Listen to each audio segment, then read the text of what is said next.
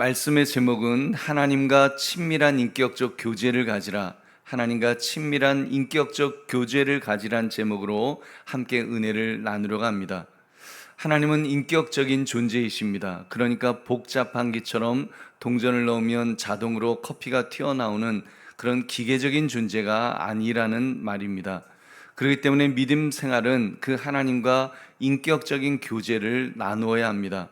하나님을 하나님으로 인정하며 하나님이 기뻐하시도록 하나님과의 교제를 이어가려고 해야 합니다. 하나님을 하나님으로 인정하며 그렇게 살아야 될 줄로 믿습니다. 그러므로 하나님과 친밀한 인격적 교제를 가지라, 이 제목을 가지고 어떤 모습으로 하나님을 믿으며 신앙생활 할 것인가를 살피시는 이 새벽 되시기를 주의 이름으로 축원합니다. 오늘 본문의 내용을 자세히 살펴보겠습니다.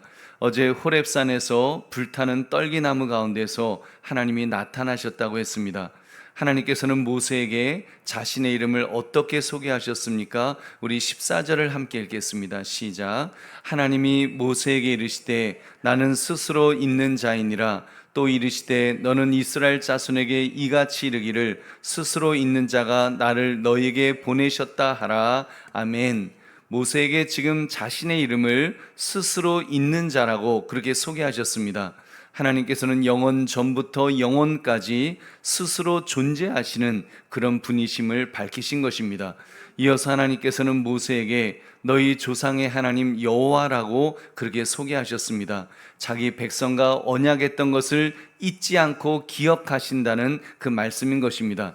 이것은 하나님께서 인격적이시라는 그런 뜻입니다. 인격적인 하나님께서는 모세에게 내가 반드시 너와 함께 있으리라고 하시면서 그 출애굽에 대한 주도면밀한 계획 또한 밝히셨던 것입니다. 여러분, 하나님께서 이렇게 모세를 이스라엘 백성에게 보낼 때에 이제 어떤 약속을 주셨습니까? 우리 17절을 함께 읽겠습니다. 시작. 내가 말하였거니와 내가 너희를 애굽의 고난 중에서 인도하여 내어 젖과 꿀이 흐르는 땅 곧 가나안 족속, 헷 족속, 아모리 족속, 브리스 족속, 히위 족속, 여부스 족속의 땅으로 올라가게 하리라 하셨다 하면 아멘. 애굽의 고난 중에 인도하여 내어서 또한 젖과 꿀이 흐르는 땅으로 인도하여 내겠다고 그렇게 약속하였습니다. 이뿐만이 아닙니다. 하나님의 강력한 권능에 의해서 바로가 굴복할 것을 가르쳐 주셨습니다. 그리고 애굽 사람들로부터 재물을 얻어서 출애굽할 것을 약속해 주셨습니다. 할렐루야. 하나님께서는 이렇게 모세에게 이같이 약속의 말씀을 주신 이유는 하나님의 계획을 미리 알게 함으로써 그 모세가 사명을 확신토록 하기 위함이었습니다. 또한 애굽에서 고역에 시달린 이스라엘 백성에게 이제 위로와 보상을 주시면서 빈손으로 출애굽하지 않도록 하시겠다고 그렇게 약속해 주셨던 것입니다. 우리 보배는 성도님들, 하나님께서 모세와 이스라엘에게 그 자신을 드러내시며 친밀한 인격적 교제를 가지고 그 가지시기를 원하시는 이 모습을 볼 때 여러분은 무엇을 느낄 수가 있습니까? 여러분, 믿음 생활은 하나님과의 친밀한 교제를 통해 이루어지는 것이라는 것을 우리는 다시 한번 깨달아야 될 것입니다. 여러분, 믿음 생활은 우상을 섬기는 것이 아닙니다.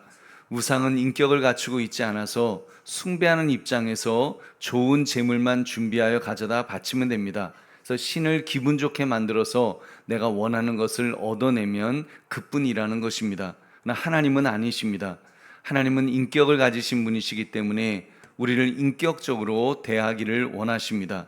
우리에게 약속한 것이 있으면 반드시 지키시는 분이십니다. 또한 모든 것을 합력하여 선을 이루게 하시며 하나님의 하나님 되심을 나타내려 하시는 것입니다. 그리고 우리가 그 하나님을 하나님으로 인정하며 영광 돌릴 때 하나님은 기뻐하시며 더 큰 은혜를 부어주실 줄 믿으시기 바랍니다. 우리 보배로운 성도님들, 오늘 말씀을 나의 삶에 적용해 봅시다. 여러분은 살아오면서 요즘 하나님과 친밀한 인격적 교제를 갖지 못하게 그런 방해하는 요소가 있었다면 여러분 어떤 것이 있으셨습니까? 여러분, 하나님과 인격적인 교제를 갖지 못하게 방해하는 요소들, 혹시 하나님을 귀찮아하지는 않으셨습니까? 혹시 하나님으로부터 기대하는 것이 너무 이기적인 욕심을 채우려는 것에 불과하지는 않았습니까? 그래서 하나님 앞에 기도는 하는데 하나님과 친해지고 싶지 않은, 하나님의 뜻을 막 그 분별하고 알고 싶어 하지 않고 그냥 하나님 나 이런 거 필요한 거 있으니까 이거 해결해 주세요 그러고 말아버리는, 여러분 좀 하나님과 멀어지고 싶어 하는 그런 요소가 혹시 없었는가 한번 내 자신을 돌아봅시다. 여러분 진정한 신앙생활은 여러분 사실 하나님을 누리는 것입니다. 여러분 진정한 신앙생활은 하나님 자체를 누리는 것입니다.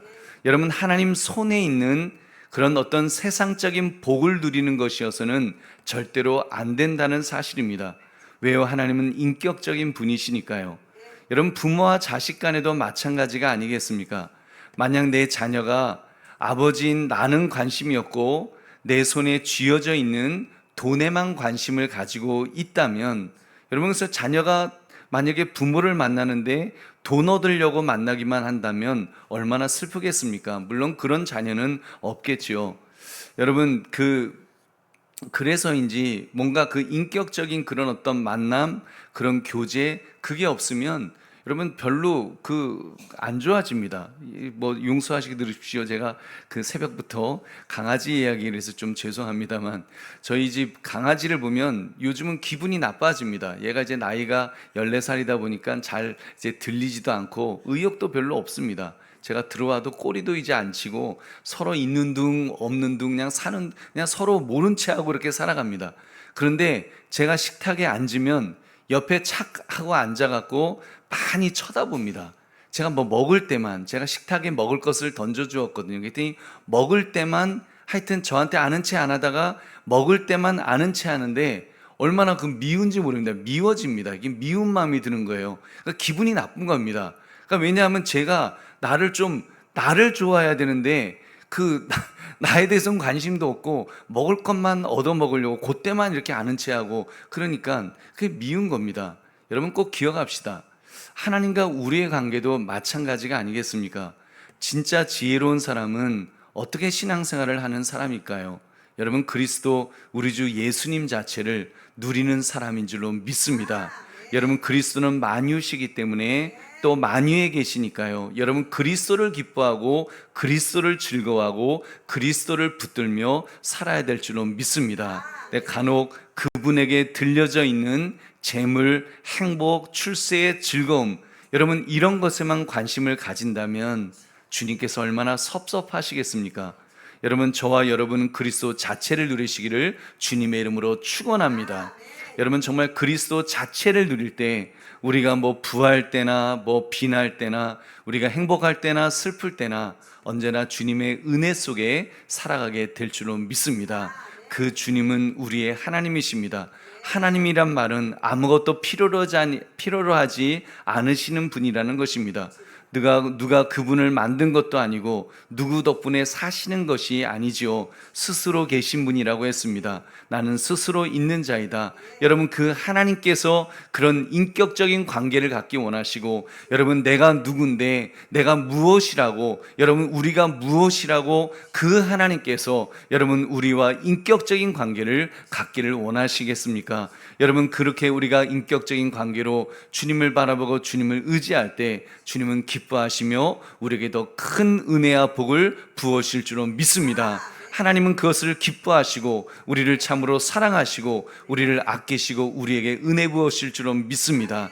그러므로 하나님과 친밀한 인격적 교제를 가지라, 이 제목처럼 우리 주님을 즐거워하시고 정말 우리 주님을 즐거워하시고 주님을 누리시고 주님을 붙드시는, 한마디로 우리 주님만 믿고 살아가는 저와 여러분 되시기를 주님의 이름으로 축원합니다.